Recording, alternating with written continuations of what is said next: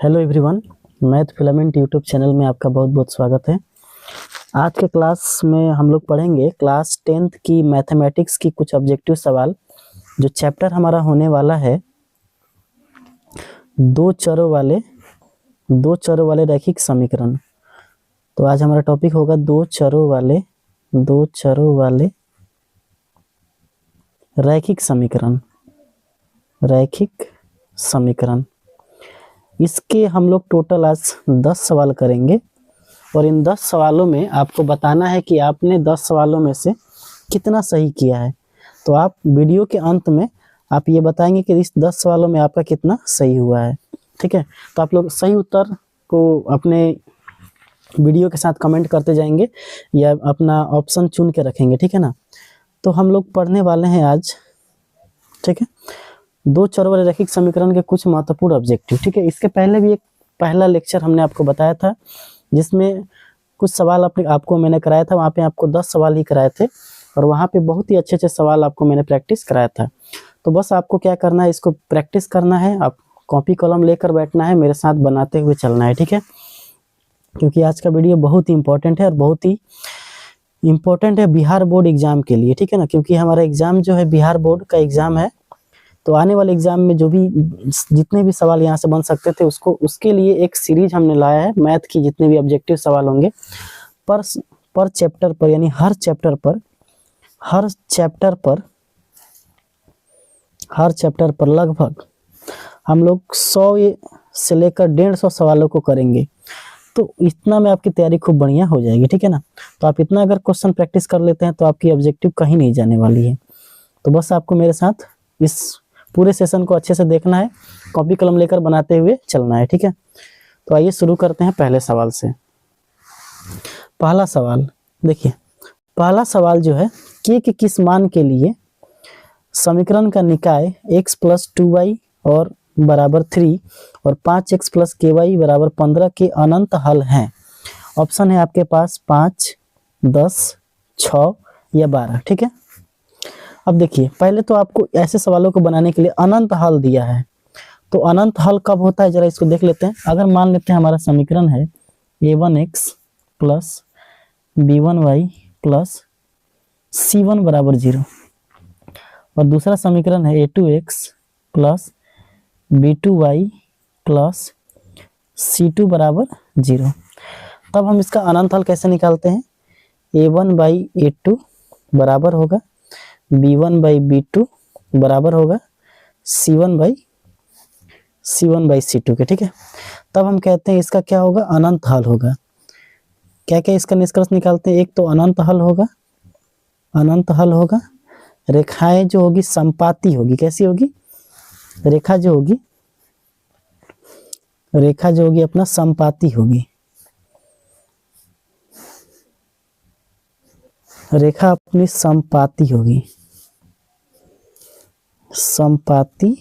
है ना, संपाती रेखा होगी, संपाती रेखा है ना, संपाती होगी। और क्या निष्कर्ष निकालेंगे यहाँ पे कि अगर अनंत हल है तो उसके अपरिमित रूप से अनेक हल होंगे, है ना।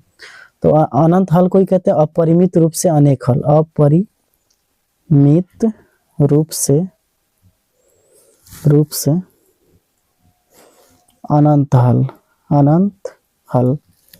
ठीक है, और समीकरण संगत होगा, संगत। इतनी बात अगर आप a1/a2 बराबर b1/b2 बराबर c1/c2 होता है तो हम कहेंगे कि रेखाएं संगत होगी, उसका अनंत हल होगा, रेखाएं संपाती होगी और अपरिमित रूप से अनेक हल होंगे। ठीक है, अपरिमित रूप से अनेक हल होंगे।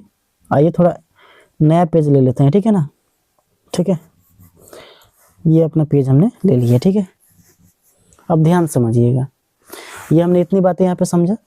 अब आप ध्यान से अगर देखेंगे तो जो भी चीज दिया हुआ है हम उसी के अनुसार सबसे पहले अपना समीकरण को लिख लेते हैं। हमारा समीकरण क्या दिया है, एक समीकरण दिया है x + 2y बराबर 3, तो उसको लिखते हैं पहले x + 2y बराबर 3, ये हमारा समीकरण एक है। दूसरा समीकरण क्या है, 5x + ky बराबर 15, 5x + ky बराबर 15, ये हमारा समीकरण 2 है। अब अपरिमित रूप से अनेक हल होने के लिए पहले इसका मान लिख लेते हैं। a1 का मान कितना है, a1 a1 का मान कितना है, तो x के पास कितना है 1, तो यहाँ लिख देंगे 1। b1 का मान कितना है, b1 का मान, तो b1 का मान कितना है, तो इसका हो जाएगा 2। c1 का मान कितना है, इसका हो जाएगा 3। ठीक है, अब a2 का मान निकालते हैं। a2 हमारा ये है, a2 का मान हो गया 5। b2 का मान कितना हो गया k, और c2 का मान कितना हो जाएगा 15। ठीक है, अब हम जानते हैं a1/a2 बराबर b1/b2 बराबर c1/c2। जब क्योंकि हमको क्या निकालना है, हमको निकालना है अनंत हल, और अनंत हल तब होता है जब a1/a2 बराबर होता है b1/b2 बराबर होता है c1/c2 के। ठीक है ना, तो अनंत हल यहाँ पे हम देख लेते हैं। तो अनंत हल के लिए हमको चाहिए a1/a2, तो a1/a2 देखिए, इसको डायरेक्ट बनाते हैं ना, तो a1/a2 है कितना हमारा 1/5 बराबर b1/b2 तो 2/k बराबर c1/c2, तो c1/c2 मतलब 3/15, 3 एकम 3, 3 5 15। देखिए 1/5 1/5, तो यहाँ भी कितना होना चाहिए 1/5। ठीक है, तो अब हम क्या करते हैं, इस दोनों को आपस में बराबर करते हैं, तो 1/5 बराबर 2/k। जब आप तिरे गुणा करेंगे इसमें, तो k में 1 से गुणा हो जाएगा तो k हो जाएगा, और 5 दूना 10, 5 दूना 10, तो कितना हो जाएगा k बराबर 10। तो यहाँ पे हमारा ऑप्शन क्या हो जाएगा, ऑप्शन हो जाएगा आपका k बराबर 10। लेकिन अगर मान के चलिए हमको, एक तो ये तरीका है कि हम ऐसे बना लेंगे, लेकिन अगर कोई और आसान तरीका है क्या, तो जब भी आपको अनंत हल दिखे, क्या दिखे अनंत हल, तो देखिएगा ध्यान से कैसे बनाना है, x + 2y बराबर 3, और यहाँ दिया है 5x + ky बराबर 15। आपको ये देखना है कि अगर हम यहाँ पे, क्योंकि अनंत हल होने का मतलब ये होता है कि दोनों रेखाएं एक जैसी ही होंगी।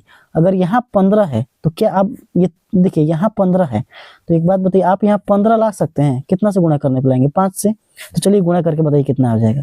तो जैसे ही आप गुणा करेंगे तो हो जाएगा 5x + 5 दूना 10y बराबर 5 तिया 15। अब जरा इस समीकरण को ध्यान से देखिए, तो दोनों को 5 यहाँ है और 5 यहाँ है, 10 यहाँ है तो k यहाँ है, 15 यहाँ है तो 15 यहाँ। इसका मतलब k का मान कितना हो जाएगा, k का मान कितना हो जाएगा, k का मान की बात करें तो k का मान हो जाएगा 10। तो आप ऐसे भी बता सकते थे k का मान कितना हो जाएगा 10, है ना। तो अब अगर आपका मन है तो आप ऐसे सॉल्व कीजिए जैसे हमने यहाँ पे सॉल्व किया है, अगर आपका मन है तो आप ऐसे सॉल्व कीजिए, लेकिन ऑब्जेक्टिव में यही तरीका बेस्ट होता है। ठीक है ना, ये वाला तरीका आप अपनाएंगे तो जल्दी से आपके सवाल का आंसर आएगा। ठीक है ना, तो क्या करेंगे हम, जब भी अनंत हल होगा तो समीकरण को एक जैसी बनाने की कोशिश करेंगे, है ना, समीकरण को एक जैसी बनाने की कोशिश करेंगे। अगला सवाल, समीकरण 2x + 4 एवं 4x + 6y 12 के आलेख किस प्रकार की सरल रेखाएं होंगी, समपाती होगी, समानांतर होगी, प्रतिच्छेदी होगी, या इनमें से कोई नहीं। चलिए देख लेते हैं। अगर आप ध्यान से देखेंगे तो हमारा समीकरण दिया है 2x + 3y बराबर 4, और दूसरा समीकरण दिया है 4x + 6y बराबर 12। ठीक है, अब इस समीकरण को देखते हैं जरा कि क्या इसमें कहानी है। तो अगर आप देखेंगे, अगर हम यहाँ पे मान निकालें, a1 का मान निकालें, तो a1 का मान कितना हो जाएगा 2, b1 का मान कितना हो जाएगा 3, b1 यानी y के पास वाला, c1 का मान कितना हो जाएगा 4। सेम टू सेम यहाँ a2 निकालेंगे आप, a2, तो a2 का मान कितना हो जाएगा 4, b2 का मान कितना हो जाएगा 6, और c2 का मान कितना हो जाएगा 12। ठीक है, अब पेज ले लेते हैं थोड़ा, है ना, पेज अब ले लेते हैं, ध्यान से देखेंगे।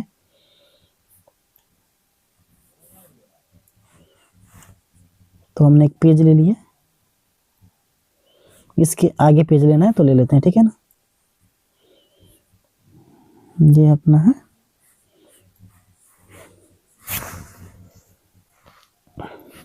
ठीक है, ये हमने पेज आपको ले लिया। ठीक है ना, ये हमने यहाँ तक सॉल्व किया था 2x + 3y बराबर 4, अब 4x + 6y बराबर 12। ठीक है, a1/a2 ये सब निकाल दिया। अब हम क्या करते हैं ना, a1/a2 निकालते हैं। तो a1/a2, तो a1/a2 निकालिए आप।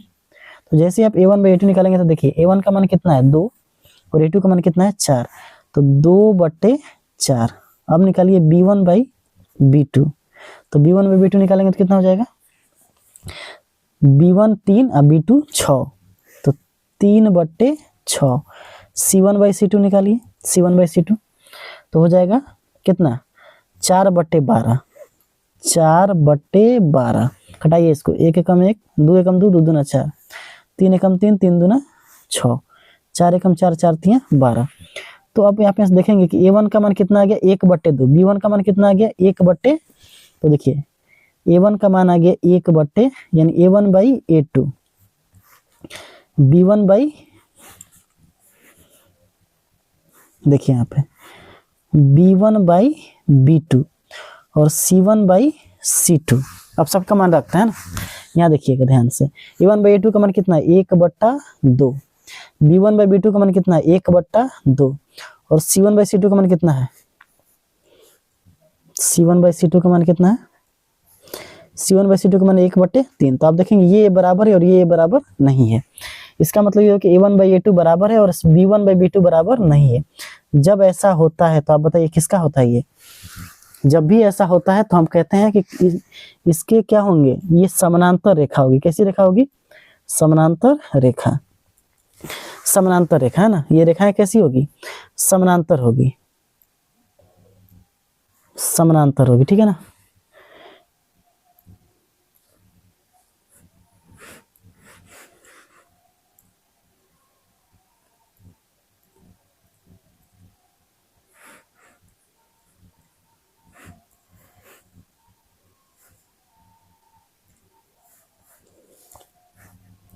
तो हमने यहाँ पे देखा कि जब a1 बाई a2 बराबर होता है, b1 बाई b2 बराबर होता है, बराबर नहीं होता है c1 बाई c2, तो ये रेखाएं होती है समानांतर।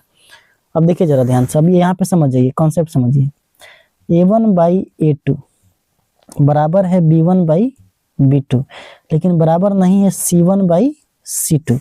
तो हम यहाँ पे कितनी बातें बता सकते हैं। सबसे पहला बात बताएंगे कि रेखा समानांतर होगी। रेखा कैसी होगी, समानांतर रेखा, यानी दोनों जो किरणें होगी ऐसे होगी और ये भी किरण ऐसी होगी, तो समानांतर होगी।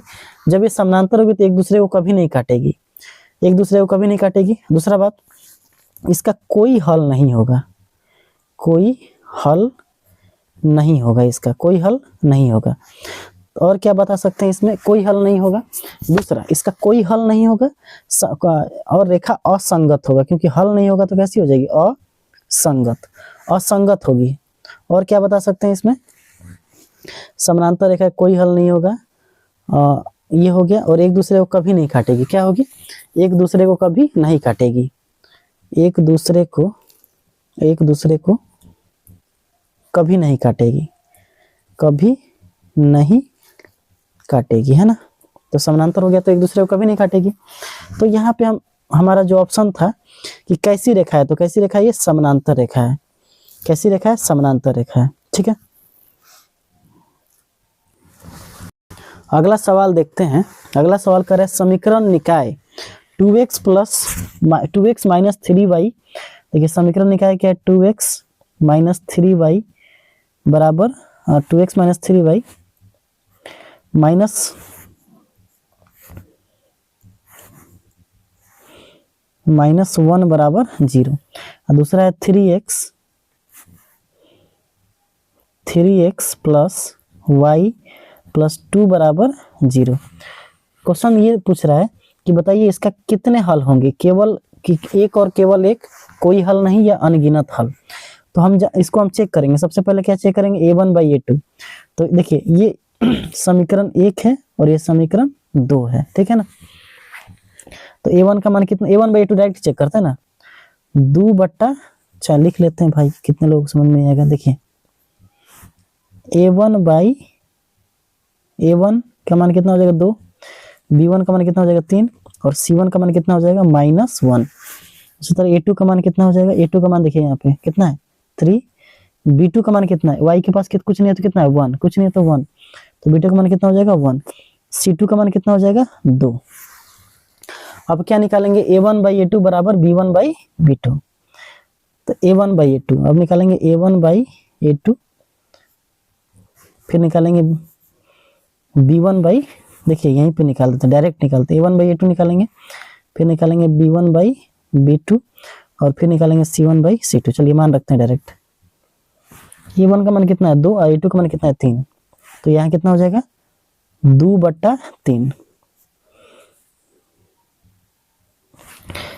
B1 का मान है 3 और B2 का मान कितना है -1, तो B1 का मान है 3 और B2 का मान है -1। अब आगे मत बढ़िए, इतना निकालने की जरूरत है। आप देख रहे हैं यही बराबर नहीं है, क्योंकि 2/3 कभी -3 के बराबर नहीं होगा। तो इसका मतलब देखिए, इसका मतलब ये हुआ कि A1/A2 बराबर नहीं है B1/B2 के। और जब ऐसा होता है तब हम कहते हैं इसका केवल एक हल होगा, केवल एक हल, केवल एक हल।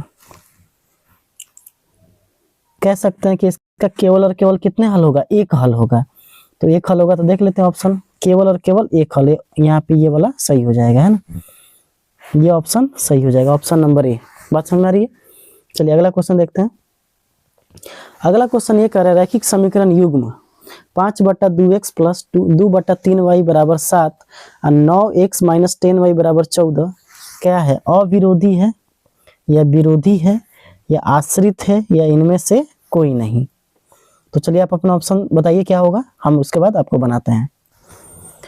इस क्वेश्चन को सॉल्व करने से पहले मैं आपको कुछ इंपॉर्टेंट पॉइंट्स बताने की कोशिश करूंगा, ठीक है? पहले उसको देख लेते हैं।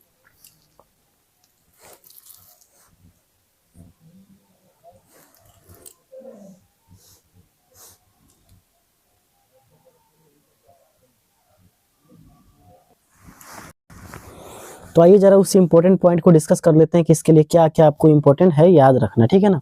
देखिए, कोई भी समीकरण युग्म सबसे पहले उसका जो सामान्य रूप होता है, सामान्य रूप, सामान्य रूप जिसको हम कहते हैं जनरल फॉर्म। क्या कहते हैं इसको? General form. तो किसी का जनरल फॉर्म होता है A1x + B1y + C1 = 0। ये आपका समीकरण 1 है। और A2x + B2y + C2 = 0, ये आपका समीकरण 2 है, ठीक है ना। अब ये इसी समीकरण पे हमको हमारा सारा कॉन्सेप्ट निर्भर करता है। अब हम क्या आपको बताना चाह रहे हैं, जरा आप ध्यान से समझिएगा। सबसे पहले आपको क्या ध्यान रखना, यदि मान के चलते हैं, सबसे पहला कॉन्सेप्ट समझिएगा। सबसे पहला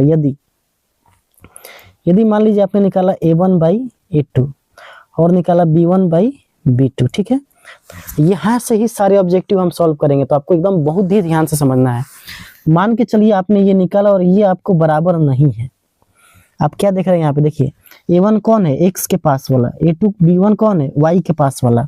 x के पास वाला A1 होता है और A1 या A2 होता है। y के पास वाला B1 या B2 होता है। जो बिना x और बिना y क्या होता है, उसे C1 और C2 कहते हैं, ठीक है।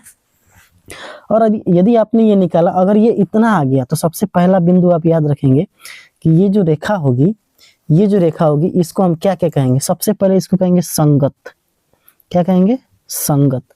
ये संगत होगा, पहला बात। दूसरा बात क्या याद रखेंगे आप? संगत होगा। इसका अद्वितीय रूप से एक हल होगा। अद्वितीय रूप से, आप चाहे तो कॉपी में लिख सकते हैं ना, एक हल होगा। कॉपी में लिखते जाइए इसको, है ना। तीसरा क्या आप निकालेंगे निष्कर्ष? अद्वितीय रूप से एक हल होगा। रेखा जो होगी प्रतिच्छेदी होगी। रेखाएं जो होगी वो प्रतिच्छेदी होगी, प्रतिच्छेदी होगी, है ना। रेखा कैसे होगी? प्रतिच्छेदी होगी। मतलब रेखा जो होगी एक दूसरे को ऐसे काटेगी एक जगह, और एक जगह काटेगी तो इसका एक बिंदु एक सॉल्यूशन होगा।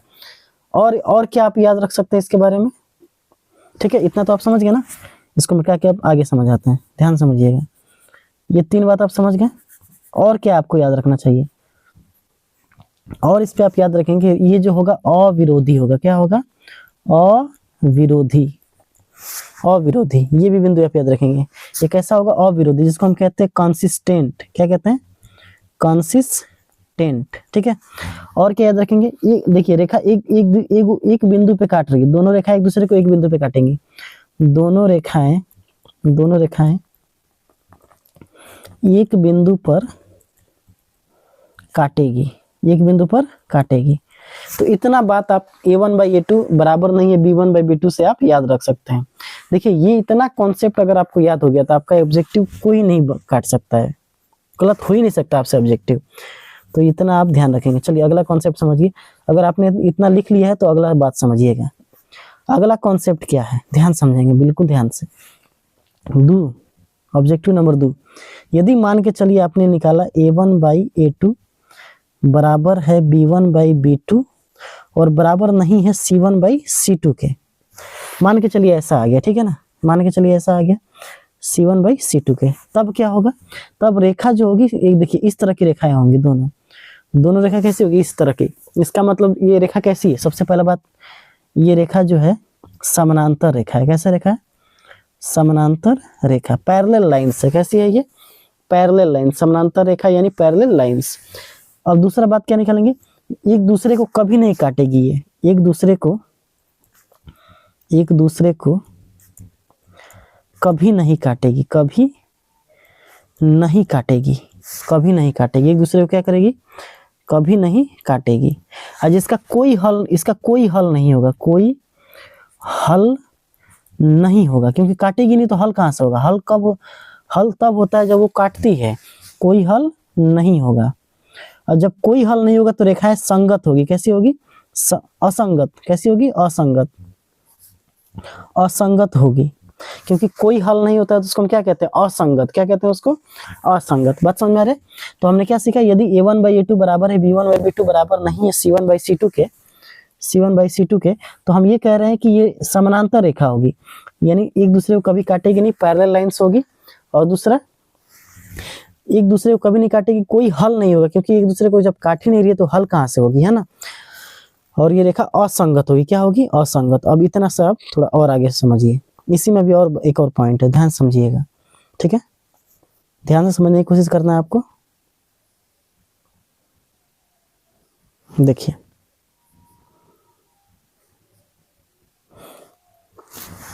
हमने क्या आपको बताया कि ये रेखा कैसी होगी, असंगत। कैसी होगी, असंगत होगी। बात समझ में आ रहा है ना, असंगत होगी, असंगत, क्योंकि ये देखिए दोनों रेखाएं एक दूसरे को काट ही नहीं रही, तो कैसी होगी, असंगत। कैसी होगी, असंगत। एक बात बताइए, क्या ये रेखा जो है विरोधी होगी।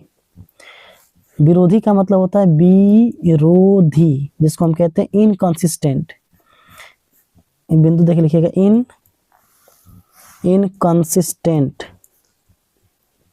कंसिस्टेंट, मतलब ये रेखा एक दूसरे का विरोधी नहीं करेगी। कैसे विरोध करेगी बताइए, ये जो है विरोधी ही नहीं होगी। देखिए, विरोधी होगी। कैसी रेखा होगी, विरोधी होगी, है ना। विरोधी कब होती है, जब a1/a2 बराबर होता है b1/b2 बराबर नहीं होता है c1/c2 के, तब ये रेखा विरोधी होगी। कैसी होगी, विरोधी होगी। और वो जो रेखा थी इस तरह अगर काट देगी तो कैसी होगी, अविरोधी। कैसी होगी, अविरोधी। ठीक है, क्लियर है यहाँ तक। चलिए तीसरा कॉन्सेप्ट समझिए। तीसरा कॉन्सेप्ट क्या कर रहा है, कॉन्सेप्ट नंबर 3, यदि मान के चलिए, लिखते चलिएगा इसको, a1/a2 बराबर है b1/b2 और बराबर है c1/c2 के, तब ये रेखा एक दूसरे के ऊपर होगी। देखिए ऐसे एकदम दोनों रेखा एक ही लाइन पे होगी, है ना। तो ऐसी रेखा को हम क्या कहते हैं, समपाती रेखा। क्या कहते हैं, समपाती रेखा। दूसरा क्या कह सकते हैं इसे पॉइंट, दूसरा पॉइंट ये कह सकते हैं ये समपाती है। अगर ये समपाती है क्योंकि ये दोनों एक दूसरे पे आश्रित है, तो इसको हम कहते हैं आश्रित। क्या कहते हैं, आश्रित। इसको हम क्या कहते हैं, आश्रित। ठीक है, अब देखिए दोनों रेखा एक दूसरे को कितने बिंदु पे काट रही है, अनंत बिंदु पे काट रही है, तो इसके अनंत हल होंगे, अनंत हल होंगे, क्योंकि ये अनंत बिंदु पे एक दूसरे को काट रही है। देख लीजिए, जहां जहां जाएगी तहां तहां काटेगी, है ना। तो अनंत बिंदु पे एक दूसरे को काट रही है। अब संपाती यहाँ पे हमने बताई थी, क्योंकि रेखाएं एक दूसरे के ऊपर होती है ना, तो संपाती होती है। चौथा पॉइंट क्या हम लोग यहाँ से जान सकते हैं, इसके अनंत हल होंगे। ठीक है, और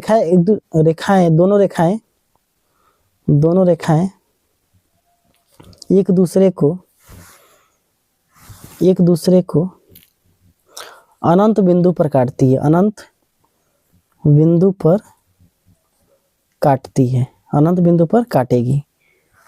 पर काटेगी। बात समझ में आ गया। तो इतना बात अगर आप याद रखेंगे तो आपसे एक भी सवाल इस टाइप का बने, मतलब कि गलत होने की संभावना नहीं है। ठीक है, अब जरा इस सवाल पे आप आ जाइए। ठीक है, इसने जो भी पूछ रहा है कि रेखाएं युग्म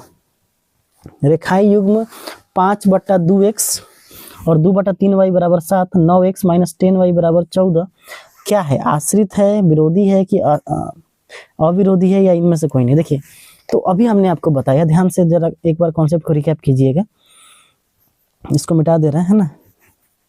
अभी हमने आपको बताया कि अविरोधी कब होती है, अविरोधी कब होती है बताइए। अविरोधी तब होती है, अविरोधी जब a1/a2 बराबर नहीं होता है b1/b2 के। तो हम क्या होता है ये अविरोधी। विरोधी कब होता है, तो विरोधी होता है a1/a2 बराबर है b1/b2 अब बराबर है c1/c2, ये विरोधी का है। आश्रित कब होता है, बराबर नहीं है ना, बराबर नहीं है c1/c2। और आश्रित कब होता है, जब a1/a2 बराबर होता है b1/b2 और बराबर होता है c1/c2। जब तीनों बराबर हो जाएगा तो आश्रित, दो को बराबर नहीं हुआ तो अविरोधी, और लास्ट वाला बराबर यानी c1/c2 बराबर नहीं हुआ तो विरोधी। अब चलिए अब इसको बनाते हैं, ठीक है ना, इसको बनाते हैं, देखते हैं क्या इसमें हो रहा है। इसको मिटा देते हैं। सबसे पहले आप ध्यान से बताइए यहाँ पे a1 का मान कितना होगा। इस समीकरण को ध्यान से देखिए, इस वाले समीकरण है ना, चाहे समीकरण लिख देते हैं 5/2x प्लस 2/3y बराबर 7, 2/3y बराबर 2/3y बराबर, देखिए ध्यान से देखिए 5/2x प्लस 2/3y बराबर 7, समीकरण 1। a1 का मान बताइए, यहाँ से a1 का मान हो जाएगा 5/2, ठीक है, b1 का मान हो जाएगा 2/3 और c1 का मान हो जाएगा 7, ठीक है। चलिए दूसरा देखिए, 9x माइनस 10y बराबर 14, 9x माइनस 10y बराबर 14, समीकरण 2। a2 का मान बताइए, a2 9 हो जाएगा, b2 का मान कितना हो जाएगा -10 और c2 का मान कितना हो जाएगा 14। a1/a2 निकालते हैं, तो a1/a2 निकालेंगे तो कितना हो जाएगा 5/2/9, अब b1/b2 निकालेंगे तो कितना हो जाएगा 2/3 -10। अब कुछ भी मत सोचिए, मत हल कीजिए, एक बात बताइए, ये प्लस में है और ये वाला माइनस में है, क्या ये बराबर हो सकता है? ये कभी भी बराबर नहीं होगा। और जब ये बराबर होगा ही नहीं तो इसका मतलब ये a1/a2 ये वाला है, देखिए। और ये कब होता है? जब अविरोधी होता है। कब होता है ये? जब a1/a2 बराबर नहीं होता है b1/b2 के, तो हम उसको कहते हैं अविरोधी। क्या कहते हैं उसको? अविरोधी। लीजिए खत्म। अगला सवाल देख लीजिए। अगला सवाल देखिए क्या कर रहा है। कह रहा है समीकरण 2x प्लस 3y प्लस 15 बराबर 0 एवं 3x माइनस 2y माइनस 12 बराबर 0 आलेख किस प्रकार होंगे? तो सीधे बताइए a1 का मान कितना होगा? 2। यहाँ देखिए ये इसको 1 मान लीजिए, इसको इस वाले को 2 मान लीजिए, ठीक है। बहुत हो गया, बहुत समझा दिया आपको। a1 का मान हो गया 2, यहाँ a1 का मान 2 और a2 का मान कितना है 3। हाँ b1 का मान बताइए, b1 का मान 3 और a2 का मान कितना है -2। बताइए क्या बराबर होगा? ये प्लस में एक माइनस में, कभी बराबर होगा? नहीं होगा। अगर ये बराबर नहीं होगा इसका मतलब a1/a2 बराबर नहीं है, यानी हम कह सकते हैं a1/a2 बराबर नहीं है b1/b2 के। ऐसा होता है तो हम उसको क्या कहते हैं? इसके कहते हैं कि इसका अद्वितीय हल होगा। और अद्वितीय हल होगा इसका मतलब ये रेखा एक दूसरे को एक बिंदु पर काटेगी, ऐसे ऐसे काटेगी, है ना। तो इसको क्या कहते हैं? प्रतिच्छेदी सरल रेखा। क्या कहते हैं? प्रतिच्छेदी सरल रेखा। आगे बढ़िए, समझाने के लिए बना रहे हैं आपको, है ना, नहीं तो हम उतना टाइम नहीं लेते हैं, जल्दी बना सकते हैं, लेकिन आपको समझाना भी है। यहाँ ध्यान समझिए, यदि सरल रेखा है 4x प्लस py बराबर 16, इसको 1 मान लीजिए, इस समीकरण को 1 मानिए और इस समीकरण को 2 मान लेते हैं, ठीक है। अब कह रहा है समानांतर है, तो p का मान क्या होगा? समानांतर इसका मतलब क्या होता है? a1/a2 बराबर b1/b2 बराबर होता है c1/c2। a1 का मान बताइए 4, a2 का मान बताइए, a2 का मान कितना हो गया? a2 यहाँ है ना, समीकरण 2 ये है, समीकरण 2 ये है, a2 का मान कितना हो गया? 2 बराबर b1 का मान बताइए, b1 का मान कितना हो गया? p कितना हो गया? p। और इसका मान कितना है? b2 का मान कितना है? 9। बस इतने से हमारा काम बन जाएगा। p का मान निकालना है ना। देखिए यहाँ से इसको तिरे गुणा करो, इसको तिरे गुणा, तो क्या हो जाएगा, तो ये होगा 9 चौके 36, 2 पी, पी 2 से काट दीजिए, 2 18, तो पी का मान कितना हो गया 18, पी का मान 18, option number C, option number C क्या है, सही है। चलिए आगे बढ़िए। यदि रैखिक समीकरण का युग्म असंगत है तो उसे निरूपित करने वाली रेखाएं होंगी। अब देखिए असंगत है, असंगत का मतलब ये होता है कि रेखा जो होगी उसका कोई हल नहीं होगा।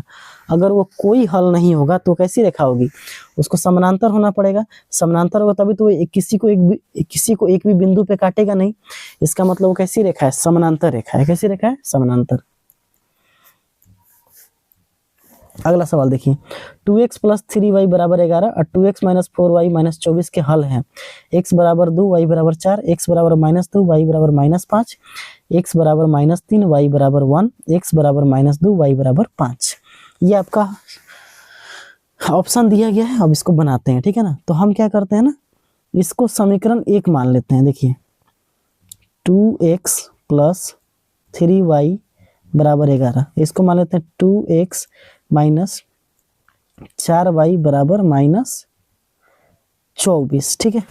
अब इसको हल करते हैं, तो देखिए यहाँ पे ये x बराबर है ना, तो इसी पे हल डायरेक्ट घटा दीजिए इसको, प्लस है तो माइनस, माइनस है तो प्लस, माइनस है तो प्लस, घटाइए इसको, ये तो गया क्योंकि एक प्लस में था एक माइनस में था।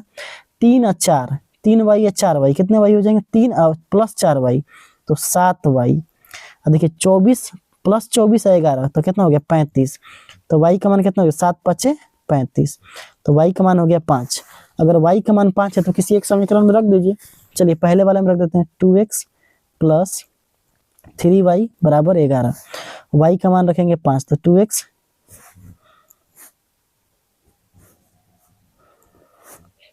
2x प्लस 3 गुणे y का मान कितना है 5, y का मान कितना है,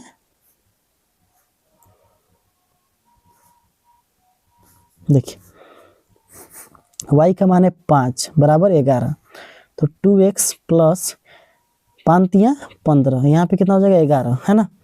तो 2x 11 15 प्लस 15 उधर जाएगा तो माइनस 15, तो 11 में से 15 जाएगा तो माइनस 4, तो यहाँ से 2 कटाइए इसको, 2 दूना 4, यानी x का मान कितना हो गया -2, यानी हमारा ऑप्शन है -2 और 5, तो x बराबर -2, प्लस है नहीं होगा, इसमें भी नहीं है, x बराबर -2 और y बराबर 5, देखिए एक ही ऑप्शन में है, एक ही ऑप्शन में है। थोड़ा इसको कलम चेंज करके बना देते हैं, देखिए यही वाला ऑप्शन होगा, है ना, x बराबर -2 y बराबर 5। लीजिए खत्म हो गया आपका सवाल। अगला सवाल देखिए, अगला सवाल क्या करे, k के किस मान के लिए समीकरण निकाय 4x प्लस ky बराबर 6, 2x माइनस 4y बराबर 3 के अनगिनत हल होंगे, अनगिनत हल होंगे, -2 -8 8 प्लस 2।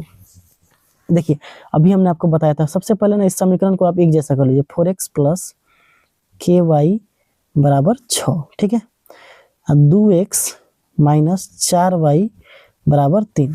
अनगिनत हल होने का मतलब है कि ये रेखाएं संपाती होगी, यानी जो रेखा ये है वही रेखा ये भी होना चाहिए। ये बताइए यहाँ पे 6 है, यहाँ 3 है, तो कितना से गुणा करें, 2 से गुणा कर देते हैं। तो जैसे आप 2 से गुणा करेंगे तो ये समीकरण क्या हो जाएगा, देखिएगा ध्यान, ये समीकरण हो जाएगा 2 दूना 4x माइनस 8y 6, 3 दूना 6। अब देखिए 4x की जगह 4x है, ठीक है, 6 की जगह पे 6 है, ठीक है। अगले नेक्स्ट देखिए दूसरा पेन से करते हैं ना,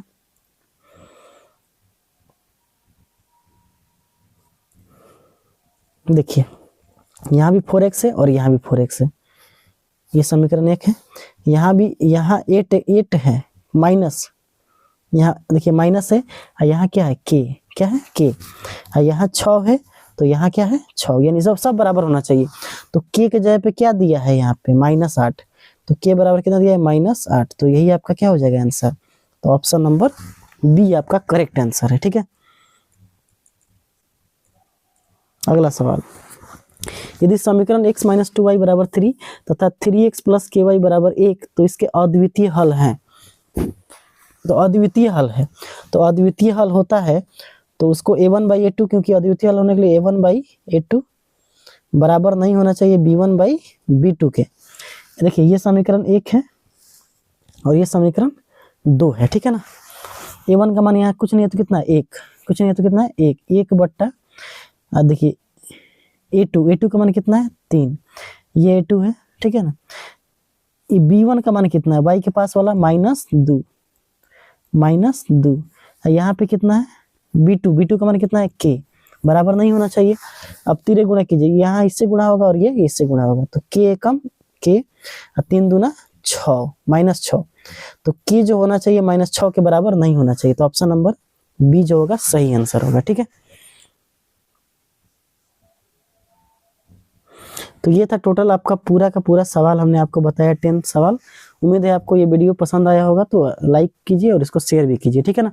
और आपको क्या करना है, कॉन्सेप्ट को समझना है, ठीक है ना।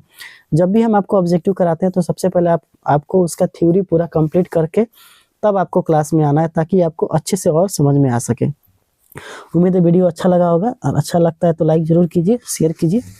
तो सभी लोग अपने दोस्तों के साथ शेयर करेंगे, और बहुत अच्छे से पढ़ाई करना है ताकि आपका एग्ज़ाम अच्छा जाए, ठीक है ना।